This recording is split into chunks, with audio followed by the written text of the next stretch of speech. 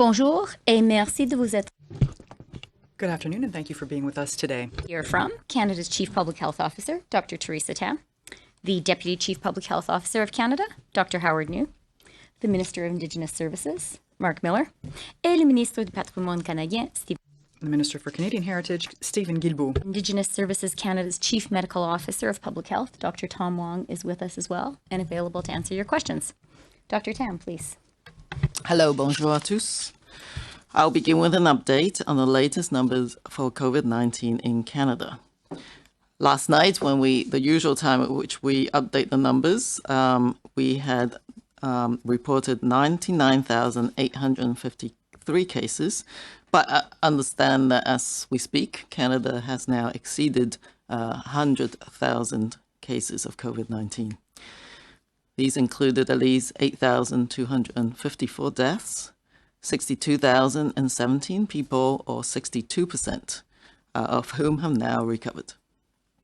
Labs across Canada have tested over 2,254,481 people for COVID-19 to date.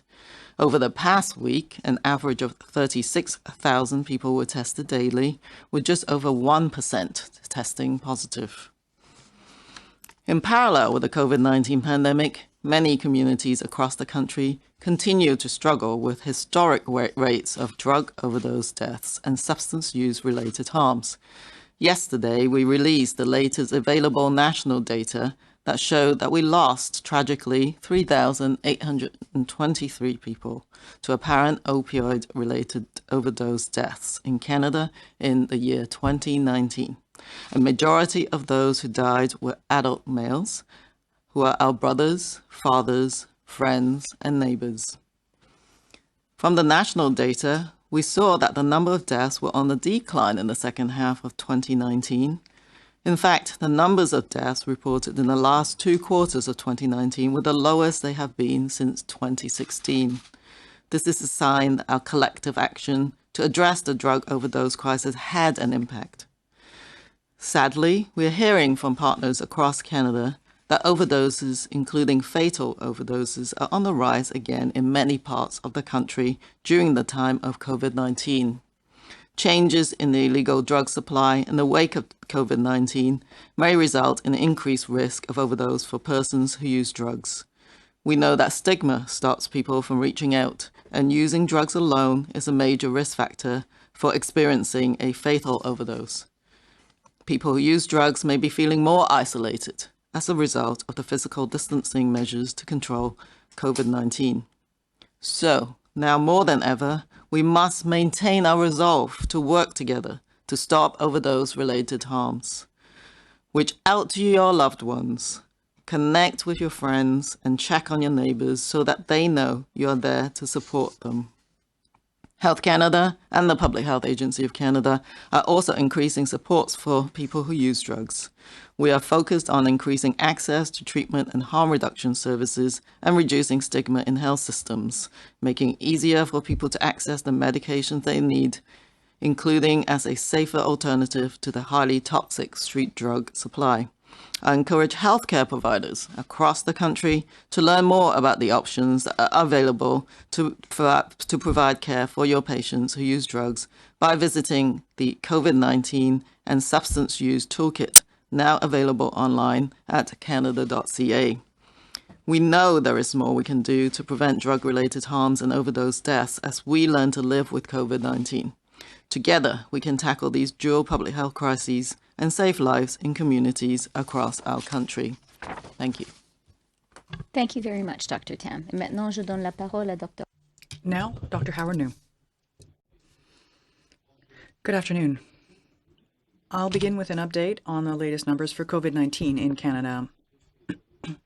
As you know, these figures evolve rapidly and are updated in the evening on canada.ca/coronavirus. Based on yesterday's data, there were 99,853 confirmed cases, including 8,254 deaths and 62,017 people, or 62%, who have now recovered. Labs across Canada have tested, in fact, we've already gone beyond 1 million 100,000 cases, rather. Labs across Canada have tested over 2,254,481 people for COVID-19 to date. Over the past week, an average of 36,000 people were tested daily, with just over 1% testing positive.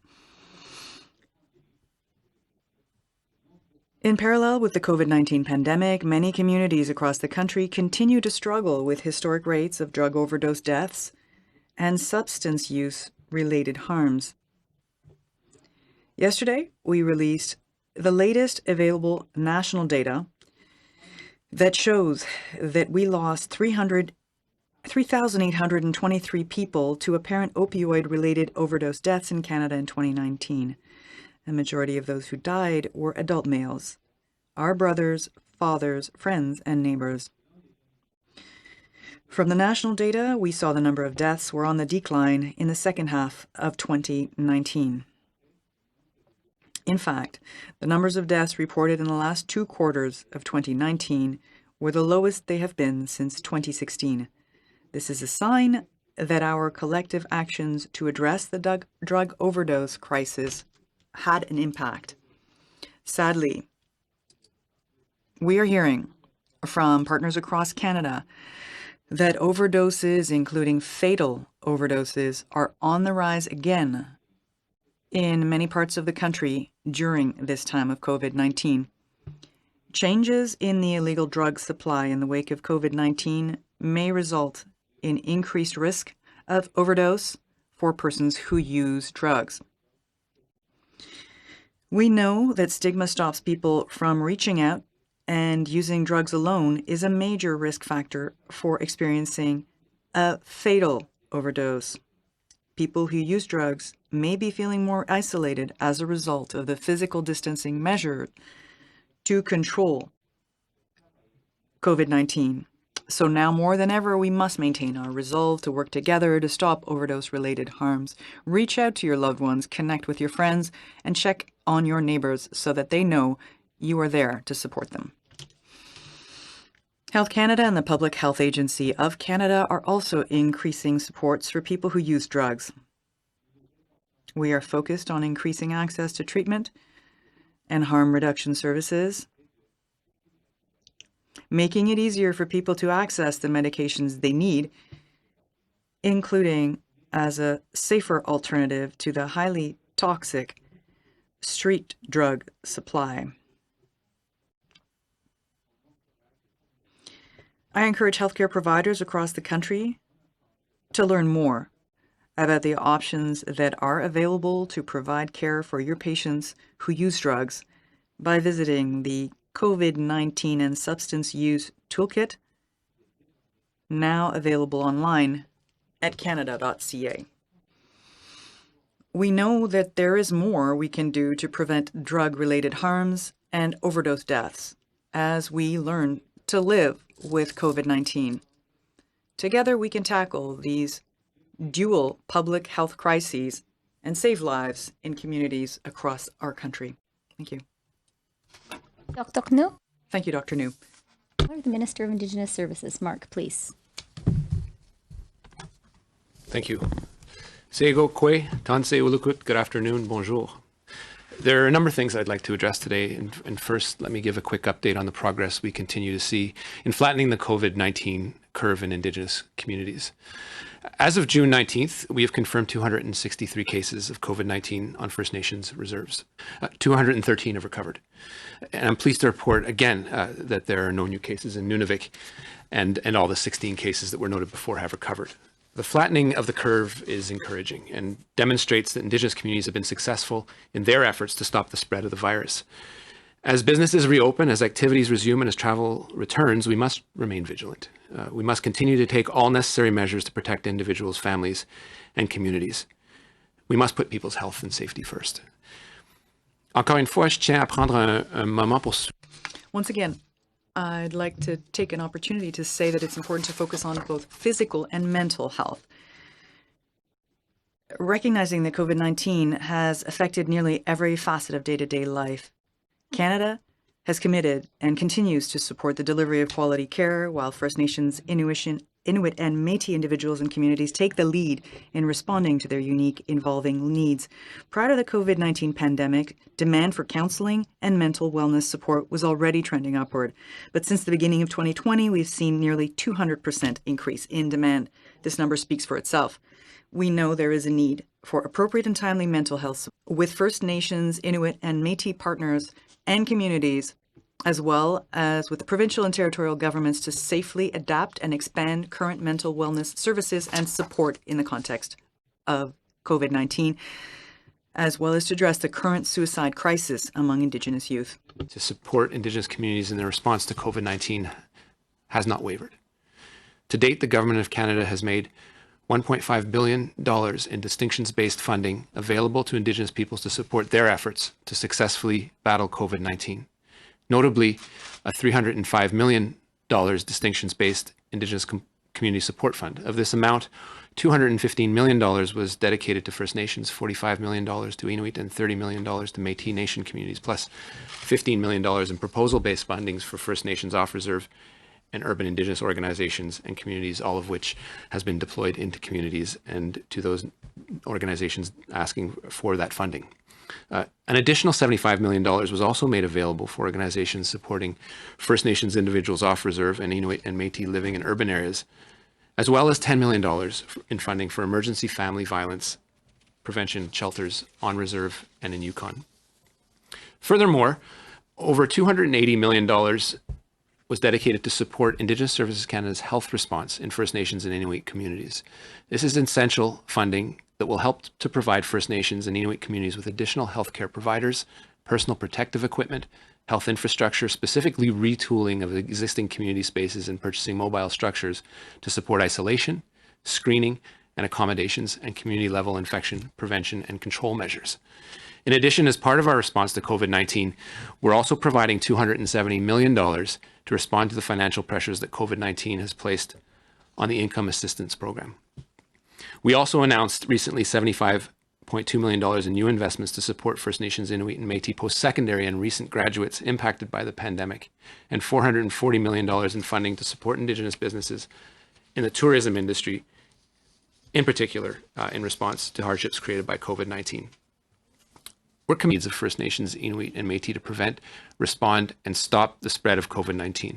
We're committed to getting more nurses and paramedics to more nursing stations and health centers to help those who need it most. I want to take this moment to thank all the healthcare professionals working in Indigenous communities for their dedication and determination to ensure that quality and culturally appropriate care, testing, treatment are provided during this pandemic. They often go above and beyond to make sure their communities are safe and healthy. We would not have seen this level of success in planking the curve without their work. Thank you. But there's also another crucial topic I'd like to address today, and one that we can't ignore, one that shouldn't be dictated by politicians or media cycles, but one that should be homes, places of work with our friends and family. Right now is a moment when Canadians are recognizing that there's unfairness built into our systems, and that these systems have always been unfair towards Indigenous peoples and racialized Canadians. It seems obvious. We need to ensure there's accountability and that policing services are committed to ensuring that they are always worthy of the trust we put in them. Indigenous peoples and their communities are entitled to the best there is of the RCMP, who've sworn oaths to protect and to serve. And we need to constantly question and reflect on these issues of systemic racism in institutions. My department's no exception, but particularly those who hold exceptional powers of life and death. These exceptional powers exercised by police services across Canada do come with exceptional responsibilities. We must fight to remove systemic racism from these institutions that are meant to serve everyone living in this country equally and fairly. These are difficult and uncomfortable conversations, but important ones to have. While many people will never fully understand the lived experiences of Indigenous peoples, we must stand and speak up in the face of injustices. Advancing our relationship means changing the colonial and paternalistic laws, policies, and practices, and addressing their impacts on the lives of Indigenous peoples. Miigwech, merci cho, nakumik, thank you, merci à tous. Okay, thank you very much, Mark. Et maintenant, je donne la parole au ministre. Thank you, Christia. Good day. From the start of the COVID-19 pandemic, our government has been hearing the calls from the cultural and arts sectors. We have been adapting our measures to their most urgent needs. It has estimated that artists, creators, and cultural workers have collectively received over $2.5 billion from the Canada Emergency Response Benefit and the Canada Emergency Wage Subsidy, even before the recent extension of those two measures. In addition, I already announced a $500 million emergency fund for the arts, culture, and sports sectors, bringing the total support of our government to those sectors to $3 billion. Notre objectif est d'aider un maximum. Our goal is to help as many organizations as possible so they can pull out of this crisis and resume activities as soon as possible. Crucial role in the heritage sector. They preserve our artistic, cultural, and historical treasures and give us a chance to better understand the rich and diverse society in which we live. Since March 14, our 6 national museums and the National Battlefields Commission have closed their doors to help protect our health and safety. Across the country, heritage institutions have also been facing significant difficulties. That's why the Government of Canada is taking new measures to help the museum sector. We're providing $25.7 million to the National Museums and National Battlefields Commission to help them maintain essential services and get ready to open their doors.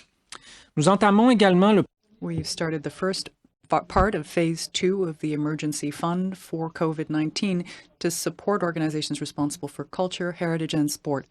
We're talking about $500 million that were announced last May.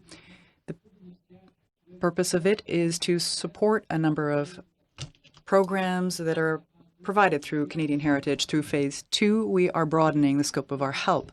We're injecting $53 million into the museums program to support organizations that have heritage goods. Even more organizations announced today complements our other support measures.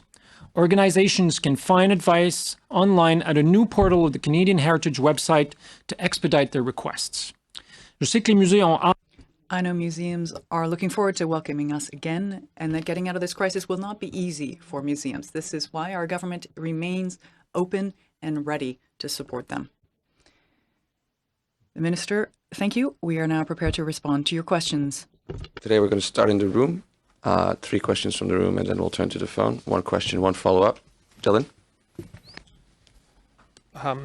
Hi there. Minister Miller, there was a spate of Winnipeg police shooting Indigenous people in recent months. We've seen some violent arrests of Indigenous people. Last week, the Winnipeg police kicked and kneed a restrained man. Minister Vandal called this police brutality, and he said Ottawa needs to take a leading role in combating this, including with city police. I'm wondering if you saw that video and if you agree that Ottawa should go beyond the RCMP when it's looking at police brutality. Well, thank you, Dylan. This country needs to have a national conversation on the use and the spectrum of the use of force in our police enforcement agencies. That includes city police forces, no question. I agree with Minister Vandal. I did not see the video. I've seen many other videos, and this is part of the pattern. We dedicate ourselves to ensuring that there are independent investigations, and we do absolutely need to respect those. But it doesn't prevent us from ensuring there is accountability, ensuring there are national standards that must be enforced and respected, and ensuring there's a review in a timely fashion of an oversight and supervision of those police forces, like I said, that hold exceptional powers. And if there is systemic racism, we need to address it in a concerted fashion. For a question for Minister Guilbeault, I was wondering about the Canadian Museum for Human Rights. They were screening out gay content when religious schools toured the museum. At one point, they physically blocked a display about gay marriage. You said that this is condoning homophobia, so is anyone actually going to face consequences, and are you issuing any guidance for other institutions? Thank you. Our government expects national museums to be held to the higher standards of inclusiveness, social awareness, and respect. We are aware of apparent cases of self-censorship of LGBTQ realities at the Canadian Museum of Human Rights in Winnipeg and are taking this matter very seriously. Let me be clear. An institution like the CMHR should not be perceived as condoning homophobia or engage in self-censorship. Its role is to expose the realities of whose voices have been silenced, not silence them even more. We are in contact with senior management of the museum regarding these allegations and remain committed to promote and protect the rights of LGBT communities in Canada and abroad. Thank you, Minister. Elizabeth. Elizabeth Thompson with CBC. Supreme Court of question for Minister Miller. The Supreme Court of Canada's Chief Justice Richard Wagner is suggesting amendments to the criminal code which could affect jury trials. Now, experts say that Indigenous people are overrepresented in the criminal justice system, and some lawyers fear that tinkering with juries could lead to fewer fair trials. As Minister of Indigenous Services, I wonder, do you have any concerns, and if so, what are they? As a human being, I have concerns. This is as a member of cabinet. These are concerns that I am going to share not only in my portfolio with the overrepresentation of Indigenous and frankly Black inmates in the criminal justice system.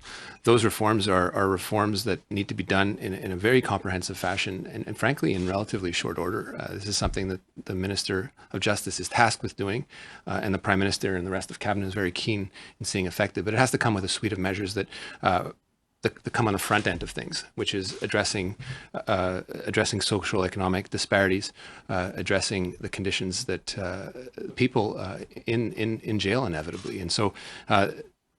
Reform of the justice system is very important. It has to be done in the right way, whether that's re-examining mandatory minimums or otherwise, of course. But we have to do that in a comprehensive fashion, and that's something that I'll be doing with cabinet, and that the Prime Minister's put me in cabinet for and the rest of the members here at the table, for that matter, to ensure that does get down, to make sure that those inequities and those outcomes are properly addressed. And a question for the three of you who have seats in the House of Commons. There's a lot of talk and a lot of buzz today about what happened yesterday with the Bloc and with the NDP, the Bloc refusing to give unanimous approval to the motion. Wondering if any of you were in the House of Commons when this happened. What did you see? How would you qualify it? And in general, what do you think of that exchange? Let me start. I was in the House of Commons. And I had actually just a few moments earlier spoken to Jagmeet Singh about the issue of racism in Canada and thanked him for his leadership on that issue, which I have done in the House of Commons, but I wanted to say that to him personally.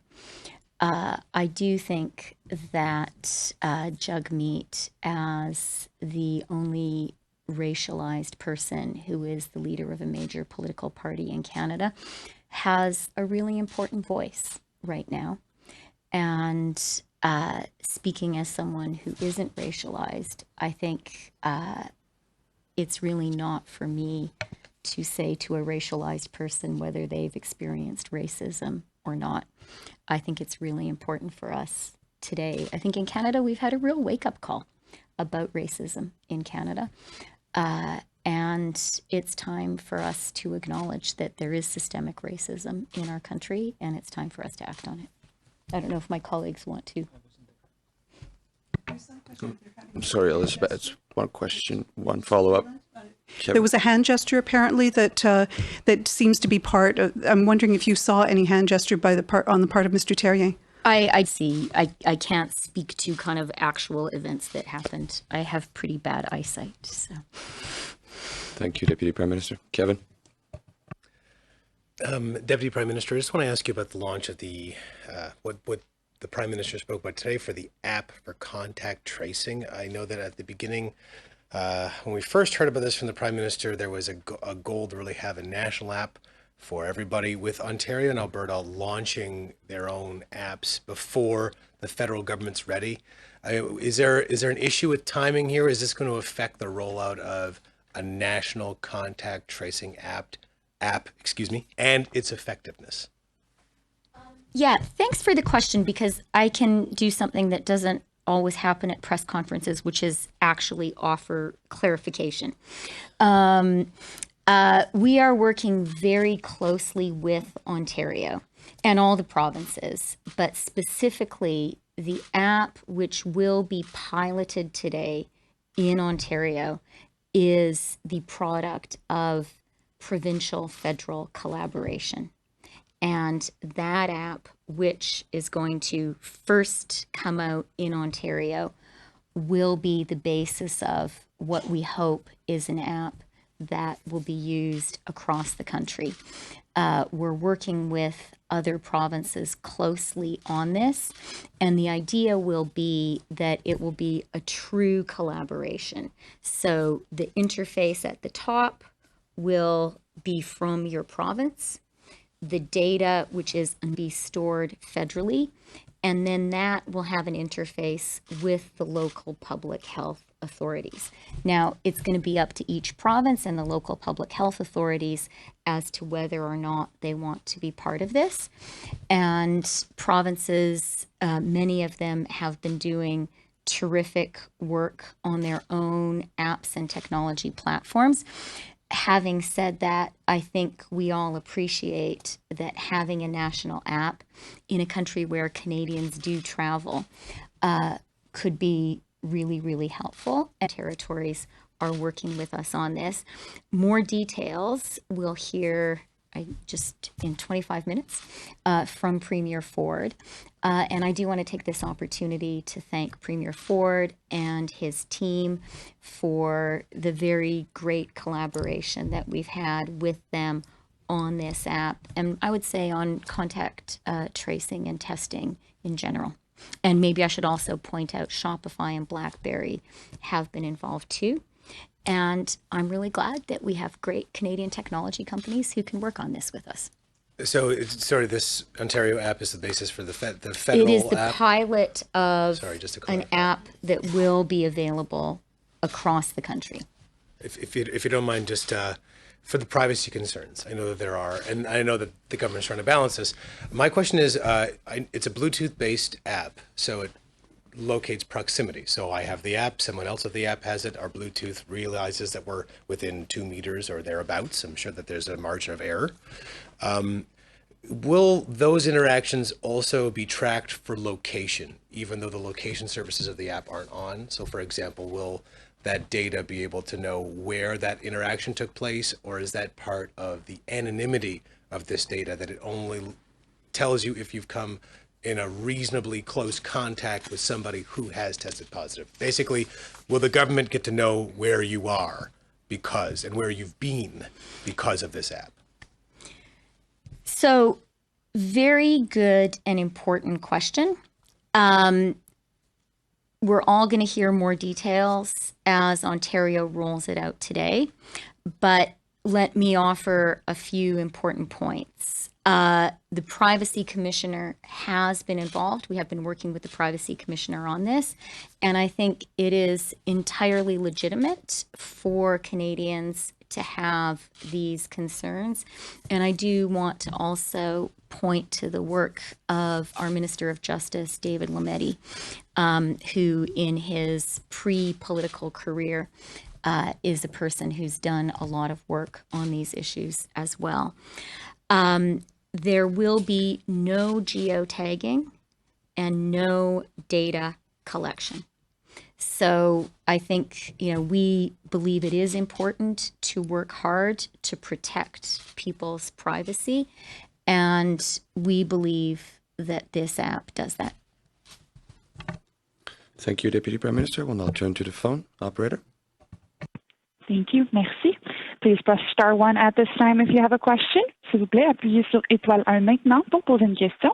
Marie Vastel du Devoir, à vous la parole. Question from Marie Vastel, Le Devoir. Marie? Oui, bonjour. Yes, hello. Deputy Prime Minister Freeland, I'd like to get back to this issue of geolocation. I'm wondering if you can specify in layman's terms, as they say. I'm not super technologically adept despite my young age. If I understand correctly, the app will use Bluetooth to trace a contact, but will not necessarily say where that contact happened. And the government won't know specifically. It seems to me there is some geolocation in order to know that two phones were close to one another. What you're saying is there won't be GPS data? Is that what you're saying? Answer. Okay, thank you for your question, and I will try to answer it. I have the excuse of not being young, and I can tell you my kids say that I really don't have this thing figured out, but I will try to answer your technical question.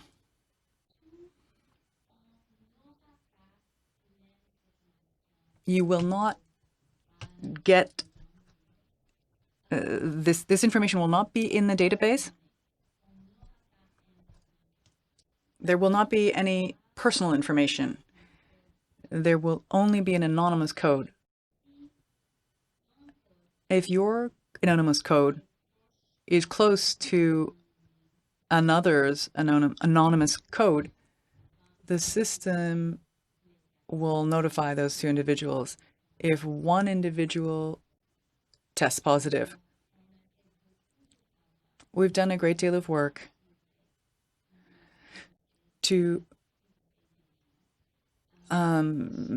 ensure that people are told about these things. I'm very happy that journalists are asking these questions.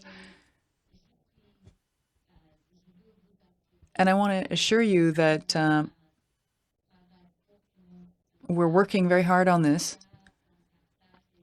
We share the concerns of others, and I think here we have an app that will preserve Canadians' anonymity. Marie, you have a follow-up question. As to the provinces now, it isn't clear whether all to support this app and take part. I understand that Ontario is obviously involved, BC as well. Can you tell us how many provinces have signed up, are accepted to do so for this mobile app? Are there some provinces that are saying no, specifically Quebec? Answer. We're in the middle of some discussions with the provinces on that very matter. Question, can you elaborate a bit? Answer. No, I can say that we are currently having discussions. I hope this pilot project with Ontario shows, I mean, for the benefit of all provinces, territories, Quebecers and Canadians, that this is a useful and good app, and that it will be possible for all of us to have a really national app. I think we understand that given the economic recovery, people are starting to travel throughout the country, and having a really national in scope type of technology will help us in our fight against coronavirus. I would also add the following. We have had and will continue to have very good discussions on these matters with other provinces, including BC. Thank you. Merci, Madame la Vice-Première ministre. Je crois qu'il nous reste une question au téléphone. Opératrice. I think there's one question left over the phone. Operator. Question. La prochaine question is from Jorge Barrera from CBC. Please go ahead. This question is for Minister Miller. I'm just wondering about the situation with the child welfare prevention funding that's been denied in Saskatchewan, about $25 million to First Nations agencies there. Why is the department denying this funding, and why has it moved back from its previous commitment to provide unlimited funding for preventive services? Look, thanks for the question, Jorge, and I won't comment on the number itself. I think I need to go back to my department and dig into that particular decision. But I think the point is Indigenous Services Canada shouldn't be in the position of deciding what services get funded or not. Yet that's the reality that we face today. That's the reality that we've faced for decades. Court orders have told us to pay more so that we achieve substantive equity for Indigenous children. The budget of Indigenous Service Canada reflects it. If you simply look towards Jordan's Principle, this year's estimates that I spoke to yesterday reflect another increase of $200 million. And behind that number are children in need that need that substantive equity. But the decision-making process largely, and yes, there's consultation, but the decision-making process largely lies still with Indigenous Services Canada. And so if you recall the whole discussion and the point of putting into place C-92 to reform child and family services is for communities, First Nations, to draw down their sovereign right to self-determine what they do with their children, which is something like someone like I take for granted, yet it has not been granted to Indigenous peoples. In fact, children have been taken away. That's the reality that we face today. So C-92, which came into effect, as you well know, Jorge, because you cover this extensively on January 1st, put into place a mechanism where communities can draw down that jurisdiction. It takes a coordination agreement that has to get intricately negotiated, notably with respect to funding and elements that you've discussed. But that said, we do currently fund actuals for agencies, and at times there are disagreements when there are requests that come in, and that's the reality we face today. That's the reality that we're trying to overcome, particularly with putting into effect C-92 and ensuring that First Nations, Indigenous communities draw down that fundamental right to have extra control and custody over their children, because they know best how to educate them, and the outcomes are there, and they prove it time and time again. But again, with respect to that funding, Jorge, that is something that I will be looking into. Thank you. Follow up. And as a follow-up to the Minister or Dr. Wong or both, I'm just wondering if the current, like some are calling outbreaks, others are calling clusters of COVID-19 cases in two Northern Ontario First Nations. One is a Flying, the other one is accessible by highway, is raising any alarm bells in the department, considering that it's believed that these are likely caused by community transmission and contact tracing is ongoing. But I'm just wondering if this is raising some alarms in the department. I will pass it over to Tom, because he does have the specifics, Jorge. And yes, any indication of a positive case is of extreme concern, particularly in a northern and remote community. You recall that particularly in Imatong, the community was very, very successful in being able to stamp out a concerning number of positive cases. The detection of a positive case is only one indication, and the important thing in communities is to isolate, track, and make sure that information is getting out so that people can stomp it out quickly. And when they've been able to do that, they've been very successful. With respect to these two cases in particular, we do have some questions, but I think the answer that Tom will give you will reflect that. But it's still an ongoing process in trying to determine the reliability of that particular test. Thank you very much, for your question. When you look at, in other jurisdictions and other locations, whenever there's a first case being detected, this is a signal that, a number of public health measures need to be implemented. And, we are so glad that the community is getting behind, working together with public health officials, both in the province as well as in Sioux Lookout health authorities, in order to make sure that all of the public health measures in place, including rapidly trying to test and isolate where necessary. And we've seen that in other jurisdictions where that's actually being implemented within a very short time, the virus stops propagating. And this is the outcome we want. Thank you. Thank you, Doctor. Ceci met fin à la conférence de presse pour aujourd'hui. Merci tout le monde. Thank you. Merci.